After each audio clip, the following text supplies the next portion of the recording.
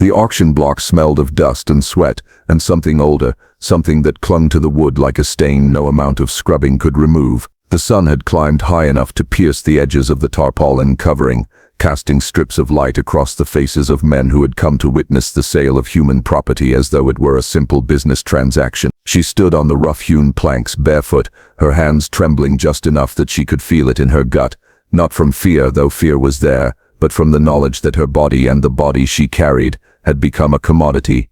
12 cents, the figure echoed in her mind. A single coin for a life, for the small impossible life growing beneath her ribs. She pressed her hands to her stomach instinctively, as if the movement could shield the child from the calculations being made around her. They did not see it. They could not. They saw a girl who had survived 15 years on this plantation, whose work had been measured in bushels of cotton, in the speed of her hands, in the obedience of her gaze. They did not see a human being. They saw a tool, a vessel, a number on a page. The auctioneer cleared his throat. His voice was loud, carrying across the small clearing. Going once, going twice. Sold, to Mr. Silas Fairholm. The hammer fell with a sharp clang that made her stomach tight. She bowed her head politely as she had been trained to do, as if politeness could erase the indignity of the moment. Fairholm stepped forward. His boots scraped the board. He looked at her with eyes that tried to measure everything at once, the strength of her back, the shape of her limbs, the intelligence in her face. Perhaps he saw a challenge in her eyes, or perhaps he saw only the familiar spark of resistance he had encountered in the enslaved women on his family's plantations for years. She did not flinch. She would not let him see. "You're mine now," he said, not as a question, not as a statement, but as a declaration of absolute ownership. The law agreed with him. Judge Crenshaw had witnessed the transaction, had signed the papers, had taken his fee. Every signature on the document was a testament not to justice, but to the careful bureaucratic machinery of cruelty. She kept her head high, though the sweat on her brow betrayed the tension in her body. Her fingers dug into the rough planks beneath her feet. Every muscle in her body wanted to run, to vanish, to do the impossible. But running would do no good here. Escape was a story for another place, another time. Here, in this sun-scorched clearing, she had only her dignity. Fairholm's gaze lingered on her, and the child, he asked casually, as though the question were about livestock, about property to be catalogued, about a calculation to be made. Her breath hitched. She swallowed hard.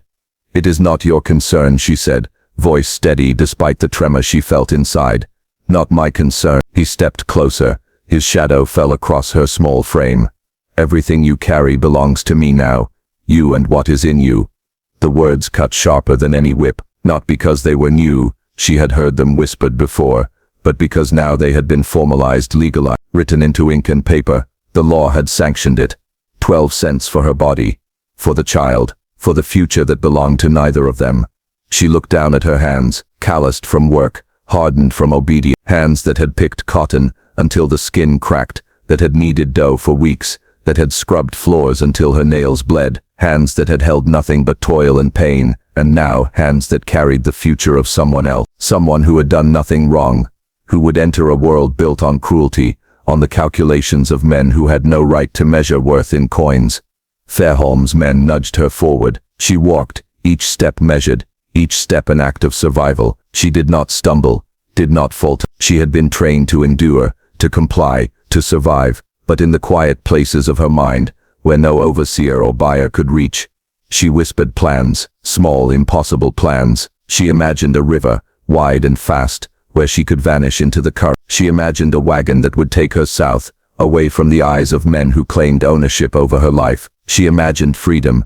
The auction was over in less than an hour, though the hours stretched longer than a lifetime. Fairholm had purchased her, and now she was to be moved to his estate. The men who had watched her sale filed out, coins clinking in pockets, conversations drifting into the heat of the afternoon. They had done their duty, fulfilled their contracts, and gone home to supper. She remained, bound by legality, by property law, by the cold machinery of cruelty. That night, in the small cabin they assigned her, she lay on the thin mattress and listened to the crickets outside, to the low groan of the beams, to the steady breathing of the other enslaved women. She could hear them dreaming, some of them perhaps dreaming of revolt, some of escape, some of a life that would never come. She closed her eyes and thought of the child.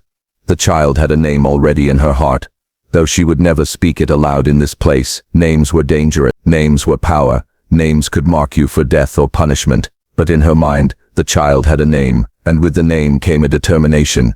She would survive. She had to, not just for herself, but for the small life that pulsed within her. The days that followed were a blur of labor and instruction. Fairholm treated her differently than he had treated the other women, not kindly, not cruelly, but with a detached calculation that was worse than outright malice. He measured her, tested her, spoke in hushed tones to overseers about what she could endure, and every day she endured. She endured and she planned, she observed, she listened. It was in these quiet moments, in the stolen seconds when no one was watching, that she plotted the impossible. She memorized the layout of the estate. She watched the guards' routines. She learned who could be bribed, who could be manipulated, who would look the other way. Every detail became a piece of a puzzle that she would one day complete. And always, in the center of her plans was always the child. One evening, Fairholm's son, a boy not much older than her, approached her. "They say you're carrying something," he said, curiosity sharp in his voice. "A child?" She met his eyes and said nothing. The boy's brow furrowed. He was young enough to ask questions, old enough to sense the danger in silence. She did not answer because any answer could become a weapon in the hands of those who held her life in their grasp. Days turned into weeks, weeks into months. The child grew inside her, invisible yet undeniable, and she moved through the estate like a ghost. No one saw her, no one understood her, no one could measure the fire that burned beneath her calm exterior. Each task she performed, each corner she scrubbed, each meal she prepared, was a step toward survival, a step toward freedom. It was during one of these quiet moments that she first encountered Ruth. The elderly cook had eyes that seemed to see everything, that understood without question. Ruth watched her with a steady, silent acknowledgement. "You'll need help," Ruth whispered one day, as they prepared the evening meal. "The child will need it too. You cannot do this alone." She nodded, gratitude burning quietly in her chest. Help was a dangerous thing in a world where every kindness could be punished, every alliance questioned. But Ruth's eyes were steady, her hands were and for the first time in months, the girl allowed herself to imagine that someone might see her not as property, but as a mother, as a human being, as someone who could survive and resist. That night, as the estate slept under the indifferent gaze of the moon, she pressed her hand to her belly and whispered the name she had chosen. She whispered it as a vow, as a promise, as a command. She would survive. The child would survive, and somehow in the face of a world that had priced them at 12 cents, they would both live to see freedom. The auction block, the coins, the papers signed by Judge Crenshaw, all of it was a chain. But she had learned that chains could be broken, silently, invisibly, in ways that left no mark, and she would find those ways. She would find them and she would escape.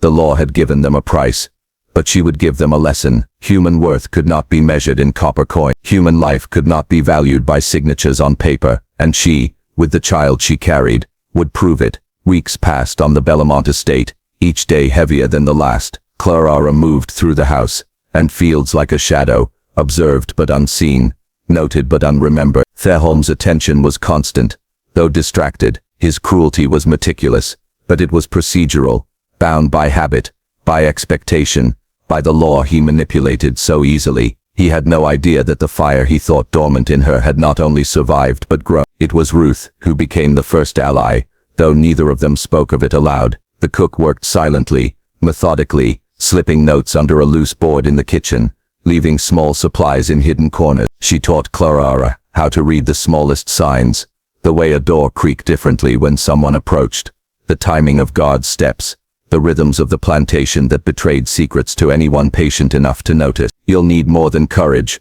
Ruth whispered one evening, as they huddled over a candle in the small back pantry. Her voice was hushed, rasping with the early stages of consumption. "You'll need knowledge, timing, allies you cannot see." Claraara nodded. She had learned that hope was dangerous when spoken aloud. It was more dangerous when it was visible in your eyes, in your stance, in the slightest hesitation. But inside, hope burned. Inside, she built maps in her mind. She traced routes through the forest beyond the estate, imagined the swamps and rivers, the distant settlements where white men's eyes were less sharp, and the black communities who might hide her for a day, a week, a lifetime. It was during one of these evenings that a man arrived at the edge of the estate, under cover of darkness. He was careful, cautious, unremarkable, except for the intensity in his gaze. Isaiah Mercer. He spoke first, softly, but with authority. Claraara, she rose, instinctively wary. She had learned in 15 years that strangers were dangerous, that any kindness could carry hidden threats. Who are you? She asked. A friend, he said simply. I know who you are. I know what has happened to you and I know what is coming. The words made her stomach tight. And you think I will trust you? I do not expect it, he replied. Trust is not required. You need only listen, consider, and act.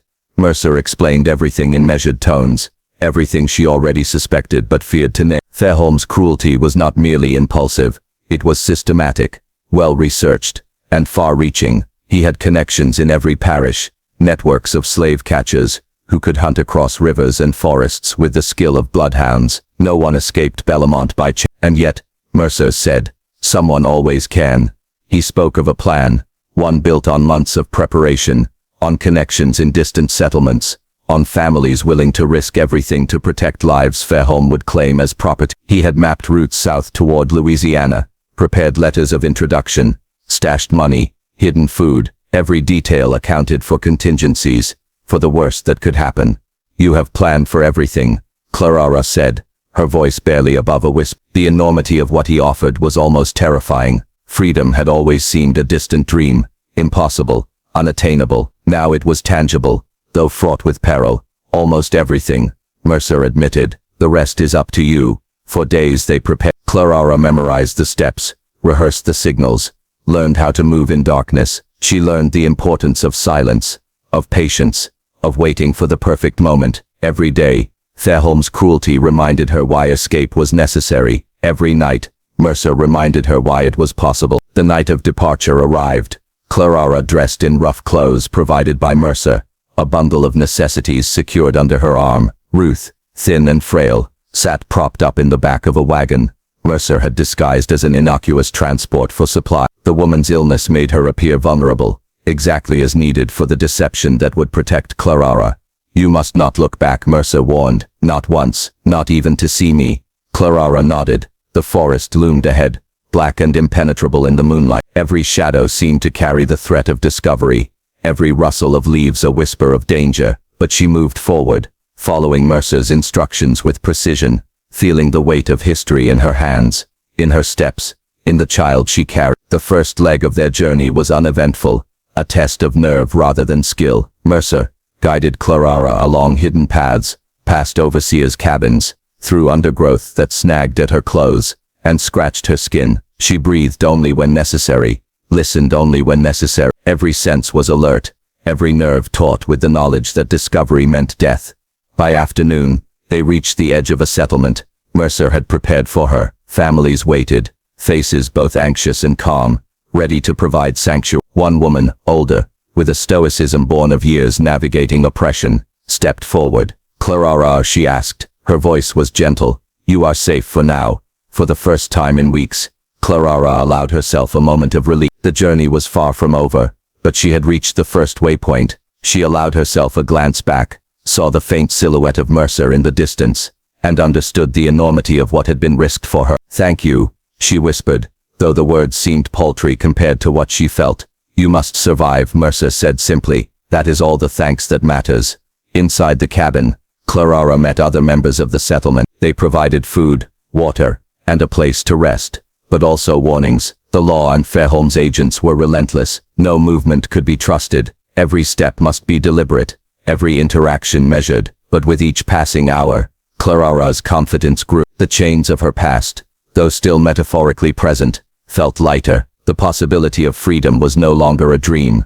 It was a tangible goal she could reach if she remained careful, patient and resolute. That evening, as the sun dipped below the horizon, painting the settlement in shades of gold and purple, Claraara lay awake thinking of Ruth. The woman had risked everything, knowingly, deliberately, to protect a life that was not her own. The thought of Ruth's sacrifice filled Claraara with grief, but also determination. She would not squander the opportunity she had been given. She would honor the courage of those who had acted when the law could not. Mercer returned briefly, ensuring the next leg of the journey was prepared. He handed her a letter of introduction for a contact farther south, someone who would guide her to the river that led to freedom. The network was fragile, dependent on secrecy. loyalty and trust, but it existed. You must move quickly, Mercer said, his face somber. Every day we delay, the danger grows, but you are ready. You have the knowledge, the courage and the will to survive. Now it is up to you. Claraara took the letter, feeling the weight of responsibility settle over her. The path forward was treacherous, but it was the only path, and for the first time she felt the faintest glimmer of hope, a light in the darkness that had surrounded her since birth. As she left the settlement under the cover of night, she thought of Ruth, of the child she carried, and of the countless others who had been stolen, beaten, or erased by the machinery of cruelty. She would survive, not just for herself, but for the promise that even in a world built on injustice, courage and cunning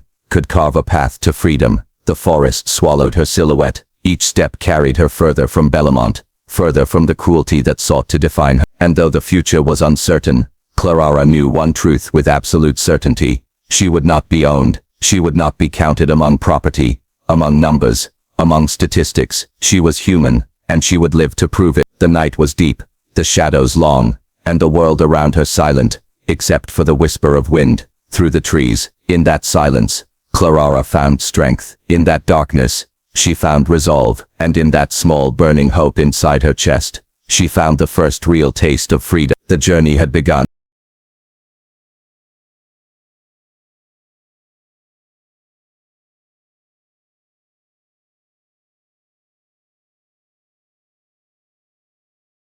The night was thick with humidity, the Louisiana air heavy against Clara's skin. Each step on the narrow forest path carried the weight of generations, ancestors whose lives had been claimed by the same system she was determined to outrun. She moved with deliberate caution, every crack of a branch, every whisper of wind alerting her to possible danger. Mercer had briefed her thoroughly. The further south she went, the closer she came to freedom, but also the closer she came to the reach of Fairholm's men. They had sent professional slave catchers to intercept her, men who treated the capture of human beings as both occupation and sport. By early afternoon the forest opened onto a dusty road. Mercer had instructed her to keep moving west until she reached a small tavern known as the Black Swan. There a man named Marcus would receive her and provide guidance for the river crossing that led to Louisiana's free black communities and eventually to Mexico. As she walked, she thought of Ruth Chambers. The woman's courage, her deliberate preparation for death, had carved a chance for Clara's life. Her sacrifice was both terrifying and magnificent. Clara promised herself silently she would not fail. She would honor Ruth's choice with survival. The confrontation came suddenly, like a thunderclap through the still air. 4 men on horseback appeared, rifles slung over shoulders, eyes sharp and merciless. Clara froze instinctively, then recalled Mercer's instruction. She continued forward, as though unaware, her back straight, her bundle clutched to her chest. Porter, the leader, dismounted with precision, his boots stirring dust as he approached. "Isaiah Mercer," he said, his voice sharp, "we have a warrant for the return of fugitive property. A woman named Claraara. We believe she is in your possession." Clara's heart pounded. Mercer stepped forward, calm, authoritative. "I purchased this woman legally," he said. "The deed of sale is in order." Porter held up papers, smug with the certainty of law. "The deed was obtained under false pretenses. Judge Crenshaw has voided the transaction. The woman must be returned immediately." Mercer's eyes flicked to the back of the wagon. Ruth Chambers lay beneath a shawl, appearing frail, fragile, and utterly convincing as a sickly woman. Mercer helped her to her feet. The bonnet fell back slightly, revealing Ruth's gaunt face. "She is ill," Mercer explained. "Caught something on the way. I was bringing her south because she cannot travel north." Porter's brow furrowed. "She looks wrong." "Consumption," Mercer said simply. "She is too weak to question or resist." Porter grabbed Ruth roughly, but the sight of her face, so thin, so gray, so convincingly sick, made him hesitate. "This is not her," he said slowly. "I assure you," Mercer said, voice calm. "This is the woman I purchased from the auction in Greensburg." "You are lying," Porter snapped, but his certainty faltered. The men tore apart the wagon, searching for Claraara. Every supply, every crate, every hidden nook was examined. Nothing. Claraara, hidden in a secret compartment Mercer had prepared, remained invisible. The slave catcher's frustration grew with every passing moment. They had been promised a simple capture, but the target had vanished. Ruth's final act, carefully orchestrated, became clear to Porter. She had intentionally taken medicine too much, deliberately, to ensure that by the time they intercepted the wagon, she would be dying, untouchable, a living decoy. She had turned her death into a weapon, protecting Claraara, and nullifying Fairholm's carefully constructed plan. "You stupid woman," Porter muttered, though uncertainty had replaced his previous confidence. "You think this helps anyone? Duncan will find her eventually. He always does." "Maybe," Ruth whispered, blood beginning to streak her lip. "Or maybe she will disappear into a world where men like you and Duncan Fairholm have no power. Maybe she will live to be old. Maybe her child will grow up free. Maybe your system will collapse and be remembered only as a nightmare." The words struck Porter harder than any physical blow could. Ruth's breathing stuttered, faltered, and then stopped entirely. She had done precisely what she intended, dying on her terms, her death a defiance of cruelty and law. Porter and his men buried her hastily in a shallow grave beside the road. Mercer watched silently, unexpressive, honoring her sacrifice privately, speaking her name 3 times into the hot air, as if repetition could lend it permanence. With the interception concluded, Claraara emerged from her hiding place. Mercer handed her the leather pouch, with money and the letter of introduction. Every step now, every move, carried her closer to freedom. The path led south, through dense forest toward the tavern, and then to the river. From there the journey to Louisiana's free black communities, and eventually to Mexico, awaited. "Trust no one who does not use the passwords written in this letter," Mercer instructed. "Move only at night, avoid main roads, get to Natchez, border disappear so completely that Duncan Fairholm spends the rest of his life wondering what happened to you." Clara nodded, adjusting her bundle. "What about you?" "I will continue north with Ruth," Mercer said. "I will maintain the fiction that I was attempting to deliver her to freedom. Duncan will hunt you. Let him try. I am very good at running from things my whole life." They embraced briefly, a gesture of gratitude and shared purpose. "Survive," Mercer whispered. "I will," Claraara promised. The days that followed were grueling. The forest tested her endurance, the rivers demanded her courage, and the nights were fraught with unseen dangers. Every step carried the weight of generations, of ancestors who had suffered, fought and hoped, but each step also carried the promise of freedom. By the time she reached the Mississippi River, Claraara's resolve was absolute. The currents carried her south toward uncertain salvation, toward communities that could shelter her, toward a life free of ownership, free of fear, free at last. Whether she reached Mexico, settled in Veracruz, or made a new life under another name, Claraara's story became a testament to resilience, courage, and the unyielding human desire for freedom. Ruth's sacrifice had made it possible. Mercer's meticulous planning had ensured it, and Claraara's determination had completed it. The machinery of cruelty, the law that had sanctioned her sale, the men who hunted her, all were thwarted by courage, cunning, and sacrifice. History would remember few of their names, but the echo of their choices endured. Claraara walked into the night, a shadow among shadows, yet carrying within her the unmistakable light of liberty. The Mississippi carried Claraara south, its waters dark and churning beneath the heavy Louisiana sky. Each paddle stroke moved her closer to safety, further from the cruelty that had defined her early life. Yet even in the relative solitude of the river, fear remained. The thought of Duncan Fairholm, relentless in his obsession, lingered at the edges of her mind. She could not afford complacence. Freedom demanded vigilance as much as courage. She followed Mercer's instructions meticulously, moving only at night, avoiding main roads, and using the safe houses indicated in the letter. Along the way she encountered sympathetic hands, farmers, free black families, abolitionists, each a small lifeline in a world built to deny her existence. Every act of kindness reminded her of Ruth Chambers and the extraordinary risk the woman had taken to give her this. By late May, Claraara reached a coastal town near Veracruz. The port bustled with trade and travelers from across the Americas.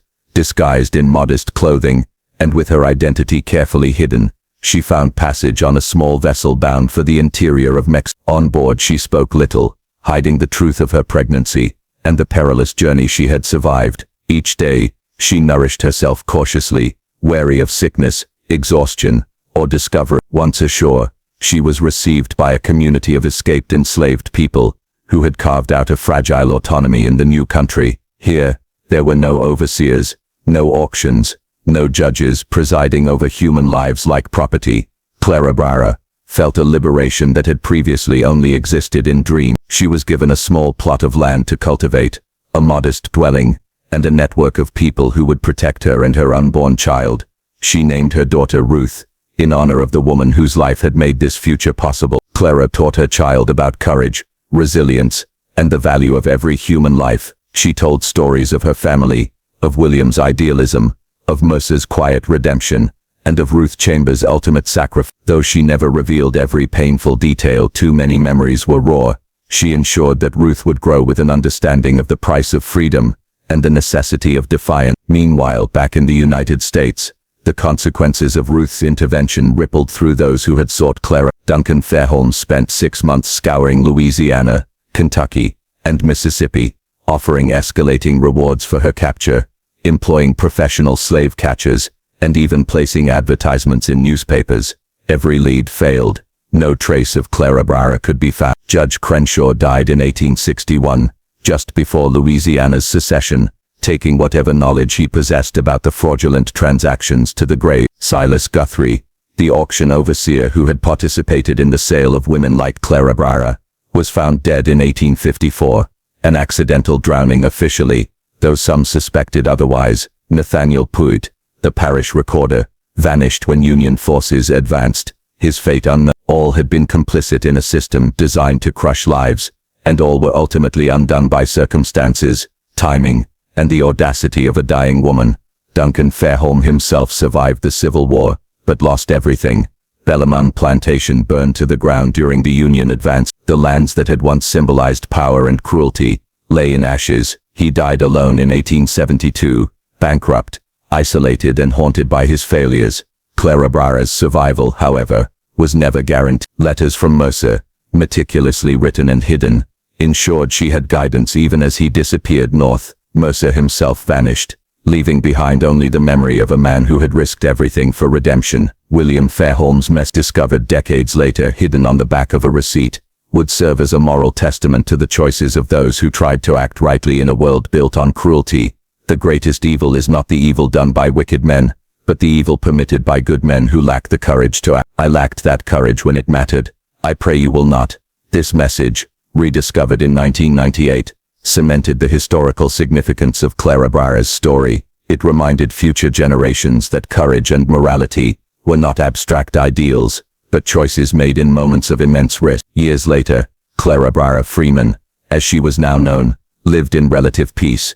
She cultivated a small farm, raised Ruth, and quietly integrated into the community of free people who had welcomed her. She never returned to the United States, never sought revenge, and never allowed herself to dwell on the horrors she had escaped. Survival, she had learned, was both the ultimate defiance and the highest form of victory. Her story, preserved only in fragments of deeds, letters and census records, became a testament to resilience. It demonstrated the perverse efficiency of a legal system designed to dehumanize and control, and yet also showed how courage, sacrifice and meticulous planning could circumvent it. Ruth Chambers' death, Mercer's redemption, and Claraara's survival were interwoven acts of defiance, each ensuring that one life would not be extinguished by systemic cruelty.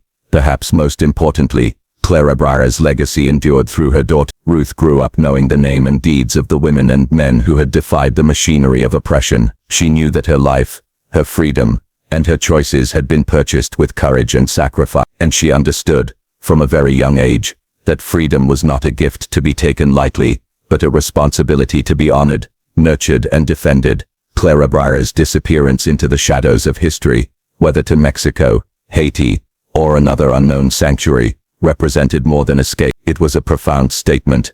The system could claim bodies, assign value, and orchestrate cruelty, but it could never claim spirit, ingenuity, or courage. Through her survival, through the life of her child, Claraara ensured that the smallest acts of defiance could ripple outward, disrupting the cruelest of plans and leaving a mark that time could never erase. The story ended not with a signature on a deed or a court ruling, but with the quiet endurance of life, the continuation of a family line, and the indelible proof that freedom, even when almost impossible, was still attainable.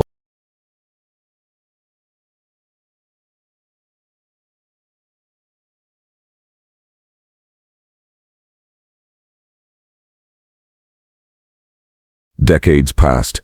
The memory of Claraara's escape remained alive only in whispers, letters, and the careful preservation of documents hidden from those who would have silenced the truth. In Mexico she lived quietly, yet every day was a reminder of what she had endured and what she had inherited. Freedom, yes, but also the weight of memory. She taught Ruth about the past, about the value of courage, about the necessity of action when confronted with cruelty. Claraara never returned to the United States. News of the Civil War and the eventual abolition of slavery reached her in fragments, carried by travelers and letters. She read them with cautious optimism, knowing that the system that had once sought to own her body had been dismantled, but also knowing that freedom did not automatically erase fear, grief, or trauma. The ghosts of Bellamont Plantation, of Duncan Fairholm, and of Silas Guthrie lingered in memory, reminders of the stakes of survival. Ruth grew into a woman who embodied the lessons of her mother and of Ruth Chambers. She carried in her veins not just the blood of those who had been enslaved, but the courage of those who had risked everything for justice. In her heart she preserved the memory of the woman who had sacrificed herself, who had used death as a weapon against tyranny. She carried the knowledge that lives could be saved, that plans meticulously executed could outmaneuver the cruelty of even the most calculating oppressors. Back in Louisiana, history moved on. Duncan Fairholm's estate lay in ruin. Judge Crenshaw, Puett, and Guthrie were gone, their names fading from public memory, remembered only in dusty archives. The deeds, receipts, and hidden messages that documented the cruelty and courage of the era remained, waiting for discovery. The law, which had been used as a weapon, now stood as evidence of both complicity and resistance. The 1897 discovery of William Fairholm's message, hidden on the back of the auction receipt, and its later rediscovery in 1998, ensured that Claraara and Ruth Chambers would not be entirely erased from history. These fragments offered scholars, historians, and descendants a glimpse into acts of courage that had otherwise been deliberately suppressed. They revealed the choices people made when confronted with the machinery of cruelty, choices that shaped lives, disrupted plans, and altered history, even if only in the shadows. Claraara's life in freedom was quiet, ordinary in appearance but extraordinary in meaning. Every meal she planted, every lesson she taught Ruth, every story she recounted of courage and defiance, became part of a legacy that could not be undone.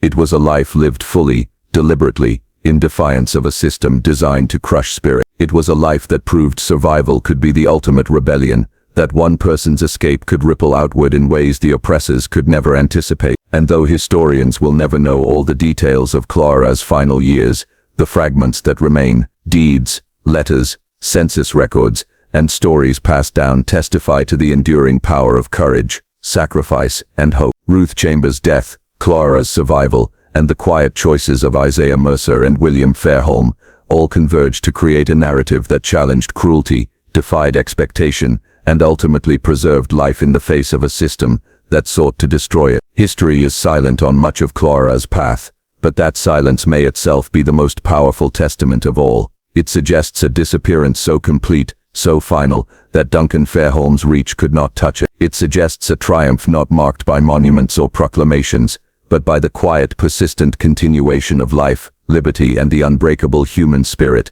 Claraara's story, though partially obscured by time, stands as a reminder. Freedom is not a gift to be handed over lightly. It is earned, risked for, and defended with courage. It is preserved in the lives we save, the acts of defiance we undertake, and the legacies we leave behind. And sometimes, the most profound victories are the ones history almost forgets, until someone uncovers the fragments and remembers. Years turned into decades. Claraara's face and name became a shadow in the minds of those who had known her, and yet her story endured quietly, woven into the fabric of the lives she touched. In Mexico she found a community of escaped enslaved people, a place where the bonds of survival had forged new families, new traditions, and new hopes. Every day she worked, every lesson she imparted to her daughter, Ruth carried the weight of her past, but also the promise of a future she had fought for with every ounce of courage she had left. Ruth grew strong, carrying within her a heritage of defiance and determination. She remembered her mother's stories, the sacrifices made by strangers like Ruth Chambers, and the quiet heroism of Isaiah Mercer. She understood that her very existence was a testament to choices made under impossible pressure, to lives risked to challenge cruelty, and to the subtle yet profound ways individuals could bend fate toward justice. Back in the United States, the aftermath of the Civil War reshaped the landscape. The plantations lay in ruins, and men like Duncan Fairholm were gone, stripped of power and wealth. The laws that once sanctioned cruelty no longer held sway, yet their echoes persisted in the bureaucracy and the memories of those who had witnessed or participated in oppression. Documents, receipts and hidden messages, like William Fairholm's note, remained buried in walls and archives, waiting for eyes brave enough to see the truths they contain. For historians who later discovered these traces, the story of Claraara and Ruth Chambers became more than a tale of survival. It was a testament to the moral choices individuals face in a system designed to dehumanize. It revealed the courage of those who acted despite fear, the ruthlessness of those who wielded law as a weapon, and the intricate ways ordinary people could resist or comply with systemic cruelty. Claraara never returned to the United States. She lived her life fully in Mexico, instilling in Ruth a profound understanding of freedom and agency. She cultivated land, built a home, and shared stories of resilience and ingenuity with those around her. Every moment of ordinary life became a quiet act of defiance against the system that had once sought to own her body. Ruth Chambers' legacy endured through both her daughter and the stories passed down across generations. In her sacrifice, she had transformed death into a tool of resistance, ensuring that the machinery of oppression failed at the precise moment it sought to claim another life. Her bravery remained a silent beacon, illuminating the paths of those who would follow, reminding them that even in the face of overwhelming power, courage and deliberate choice could tip the scales. History may not record every detail. Many documents were lost, destroyed or deliberately obscured. Memories faded with time, and the full path of Claraara's escape may never be known. Yet the fragments that survive, receipts, letters, census records and confessions, offer proof of the audacity, strategy and humanity that defined the struggle for survival.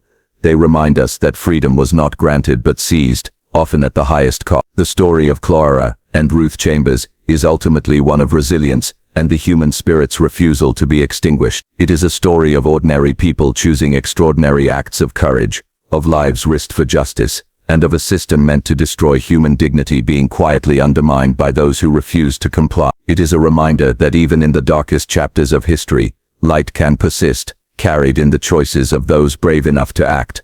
And so, though the details of Claraara's life after her escape may remain elusive, her legacy, and the legacy of Ruth Chambers, lives on, in the decisions we make, in the courage we find to protect the vulnerable, and in the memory of those who fought against injustice. We see echoes of their defiance. Their story, though fragmented, endures as a testament to the power of deliberate action, the weight of sacrifice, and the unyielding pursuit of freedom. Decades passed, and the world continued its relentless march forward. Claraara, now living under the name Claraara Freeman, had built a life in Mexico that was quiet but full of meaning. She never forgot the people who had shaped her survival: William Fairholm, whose courage had sparked the hope of escape; Isaiah Mercer, whose meticulous planning had turned that hope into a reality; and Ruth Chambers, whose ultimate sacrifice had guaranteed it. Every day, Claraara carried their memories with her, a reminder that freedom often comes at an unbearable cost. Ruth's children, left in the care of her sister and neighbors, grew up with the stories of her bravery, though many details were lost or softened over time. The truth of her deliberate death as an act of defiance remained a secret shared only within the family, a legacy of courage that inspired resilience in generations to come. In private, her descendants would honor her not with monuments or public recognition, but with quiet acts of integrity and resistance, understanding that Ruth's defiance had created a ripple effect that extended far beyond the immediate moment. Back in the United States, the remnants of Duncan Fairholm's empire crumbled. He lived out his final years in obscurity, bankrupt and alone, stripped of the control he had once wielded with cruel precision. His actions, once supported and facilitated by the law, were now exposed as emblematic of a system that had permitted and even encouraged the dehumanization of countless lives. Judge Crenshaw, Silas Guthrie, and others who had been complicit faded into history with their reputations unchallenged in life. Though their actions would eventually be examined by historians, sifting through fragments of evidence, receipts, deeds, letters and hidden confession. One such confession, written decades later by James Ridley, revealed the moral reckoning of a former slave catcher who had witnessed Ruth's final act. Ridley described in vivid detail how she had smiled in death, how she had turned her passing into a strategic victory, and how her courage haunted him for the rest of his life. The confession, long hidden in the papers of Reverend Thomas Hargrove, was eventually published in the ensuring that Ruth Chambers' act of defiance entered the public record, albeit quietly, and providing a rare testament to the ways individuals could reclaim agency, even under the most oppressive circumstance. Claraara herself never returned to the United States, but she remained connected to the larger story of resistance. She instilled in her daughter, Ruth Freeman, a profound understanding of the value of life and the importance of moral courage. The child grew to be fiercely independent, carrying forward the knowledge that freedom was not simply a gift, but a responsibility, a legacy to protect and expand. In this way, Ruth Chambers' sacrifice lived on, intertwined with the life of the woman she had saved, and the generations that followed. Even the historical record, incomplete and fragmented, bore witness to the choices made in desperation and hope. The 12-cent transaction, preserved in legal archives, symbolized the grotesque cruelty of the system, the devaluation of human life into mere currency, and the complicity of those who made it possible. Yet within that same legal framework, the careful and courageous actions of people like Mercer and the deliberate defiance of Ruth Chambers revealed cracks in the machinery of oppression, small openings through which justice and human dignity could still flow. The story of Claraara, Ruth and Mercer is in the end a testament to the enduring power of human choice. It demonstrates that even in a society structured to suppress, control and destroy, individuals can assert their agency in ways that ripple across time. Freedom, justice, and moral courage are not given, they are seized, defended, and preserved by those willing to risk everything. In remembering their acts, even centuries later, we are reminded that the pursuit of justice and the protection of human dignity is a responsibility that transcends time. As historians and descendants continue to piece together the fragments of Claraara life, the story serves as both inspiration and caution. It asks us to consider the costs of action and inaction, the sacrifices required to defy cruelty, and the enduring importance of bearing witness. It reminds us that behind every official record, every legal document, and every suppressed confession, there are human lives, fraught with courage, fear, and resilience.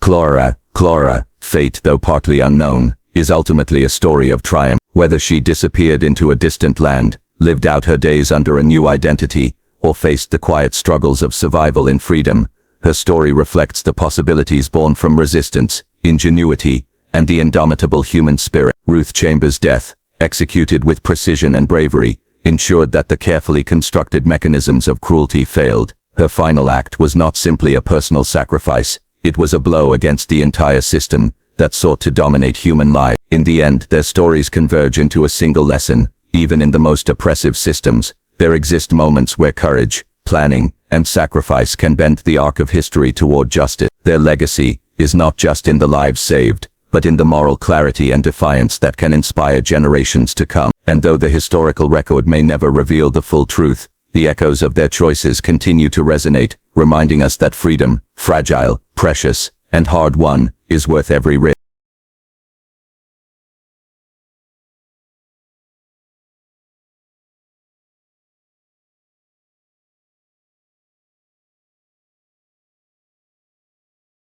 Years turned into decades, and the story of Claraara and Ruth Chambers settled into history, half hidden, half remembered, like a whisper in the archives. To the outside world, the details were obscure. A deed for 12 cents, a faded receipt, a name scrawled in the back of a ledger. But for those who understood, who traced the faint threads left behind, the story was luminous. It was a story of calculated defiance, of moral courage that pierced the darkness of an entire system.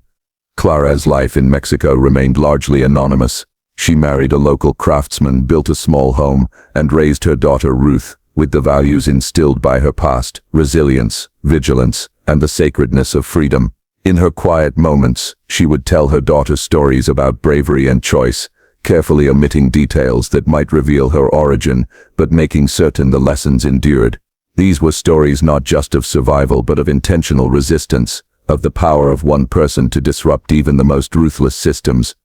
Meanwhile, back in Louisiana, The echoes of Ruth Chambers' act of defiance lingered in ways the oppressors could not erase. For James Ridley, the former slave catcher, the memory haunted him until the end of his life. His confession, shared decades later, forced acknowledgement that courage and conscience could not be buried, even when buried in secrecy. The confession also forced historians to confront uncomfortable truths, that the machinery of oppression relied not only on the cruelty of men like Duncan Fairholm, but on the silence of those who tolerated injustice. The 12-cent transaction became symbolic, studied and cited as a stark illustration of systemic cruelty, a moment frozen in legal records that simultaneously revealed the humanity and the inhumanity of the time. It reminded all who studied it that slavery was maintained, not only by physical control but by law, bureaucracy and societal complicity. Every signature, every document, carried weight, but it also carried choices, and the story of Claraara's escape showed that those choices could be redirected toward justice,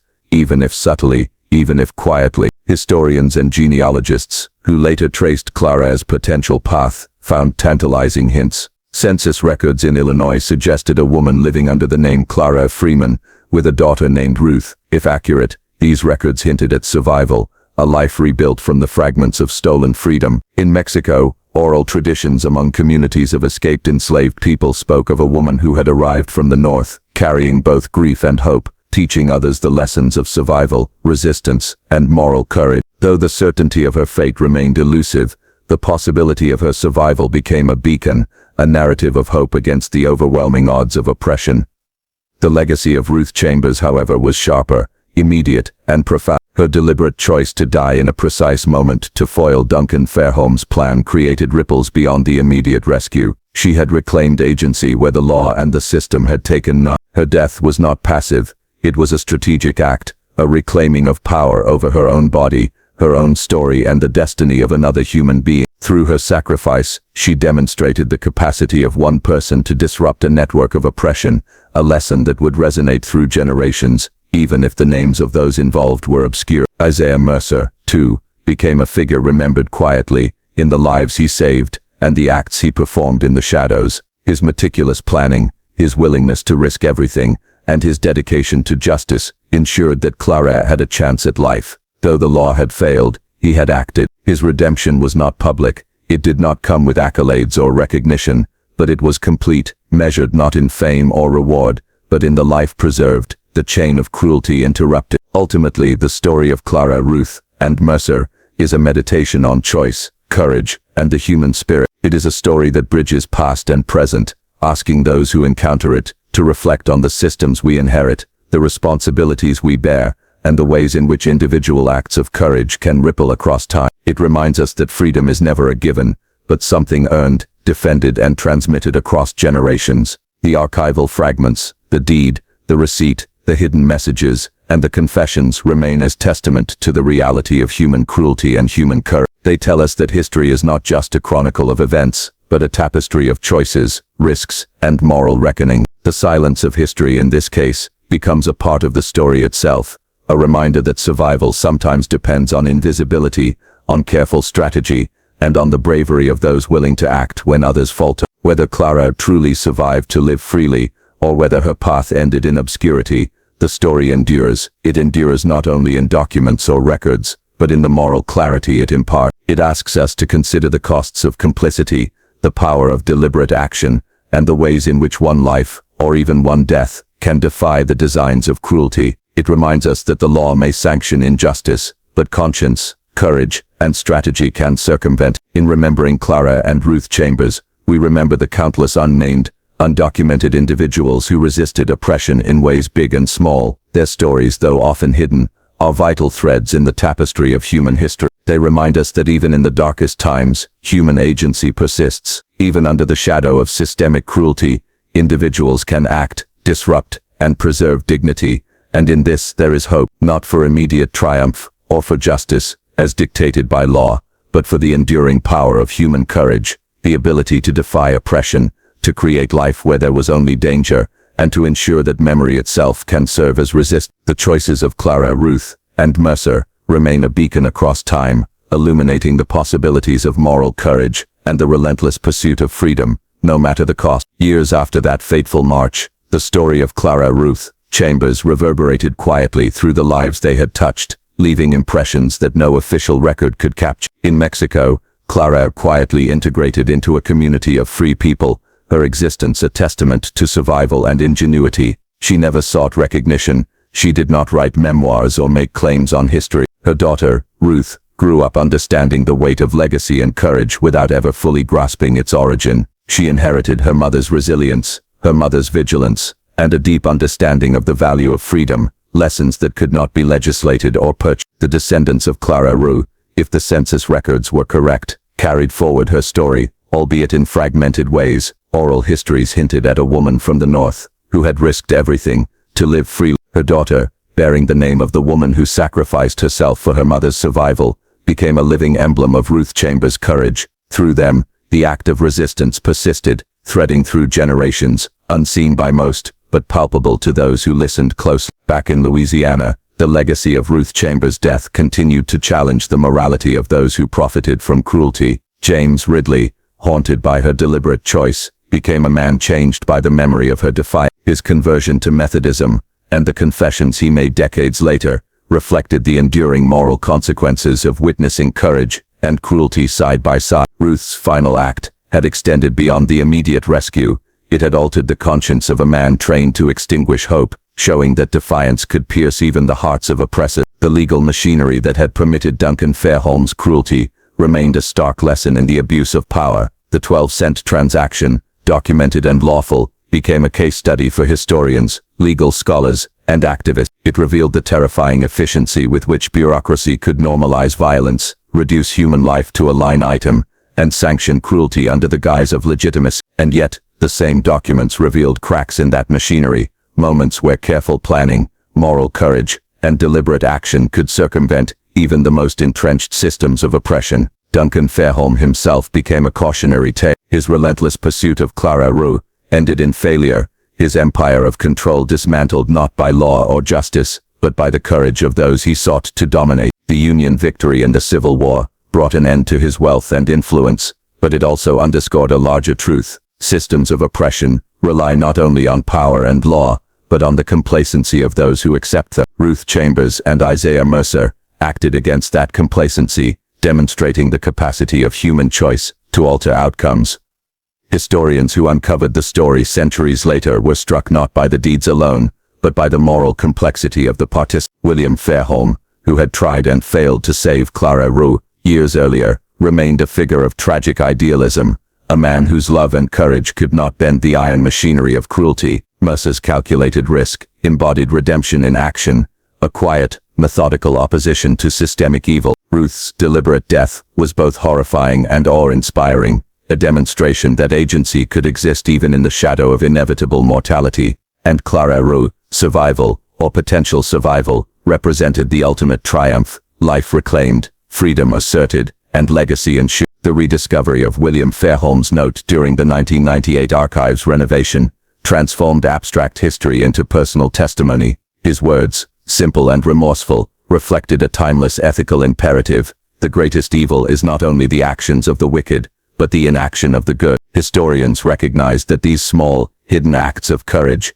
the letters, the confessions, the careful plans, were the connective tissue of resistance, the threads that ensured that even the most oppressive systems could be challenged. In classrooms, research papers, and local histories, the story of Claraara and Ruth Chambers became more than an anecdote. It became a lens through which to examine power, justice, morality, and memory. It demonstrated how individuals, even without armies or legal authority, could disrupt the cycles of cruelty embedded in law and society. It reminded every generation that human lives are not property, that courage can exist even in the shadow of death, and that freedom is always worth pursuing, sometimes at a cost beyond imagination. The archives themselves, with their preserved deeds, receipts, and hidden messages, became sacred space for reflection. Scholars who touched those documents felt the weight of decisions made decades earlier, the deliberate acts of courage and cowardice, the choices to intervene or to ignore, the sacrifices made to preserve life at the expense of one's own. The story of Ruth, Mercer, and William Fairholm endured not as a tale of individual heroism alone, but as a moral compass, pointing to the responsibilities of conscience in the face of systemic injustice. Ultimately, The story leaves us with questions as profound as the acts themselves. Did Claraara truly survive? Did she find freedom, build a family, and live a long life in safety? Or did she perish along the journey, another casualty of a system designed to erase lives? Perhaps she disappeared, becoming impossible to trace, leaving behind only the faint imprint of her courage. Perhaps she lived quietly, her story intentionally muted, known only to those she saved and the few who bore witness. And yet, whether or not Claraara's survival can be confirmed, the moral truth of the story remains. Courage, sacrifice, and deliberate action can bend systems that seem unassailable. One life can alter the course of another, even in the most oppressive circumstances. Death can be wielded as defiance. Law can be subverted by conscience. The silence of history, filled with gaps and ambiguities, may in fact testify to success, to the subtle triumphs of those who acted with clarity of purpose and strength of spirit. As we examine the past, the legacy of Claraara and Ruth Chambers challenges us to reflect on our own responsibility. When confronted with injustice, with systemic cruelty or human suffering, what choices will we make? Will we act, like Mercer, with calculated courage? Will we resist, like Ruth, even in the most desperate of circumstances? Will we survive and bear witness, like Claraara, carrying forward the lessons of sacrifice and freedom? History does not give simple answers, but it leaves us stories, fragments, deeds, confessions, that illuminate the human capacity for courage, defiance, and redemption. And in the quiet spaces of the archives, in the unmarked graves, in the faint echoes of memory, the story endures, not as a perfect conclusion, but as a testament to the possibility of choice, the power of action, and the enduring pursuit of freedom. For those who seek it, the story of Claraara and Ruth Chambers offers a guide, that even in the darkest times, one person can act, one life can change another,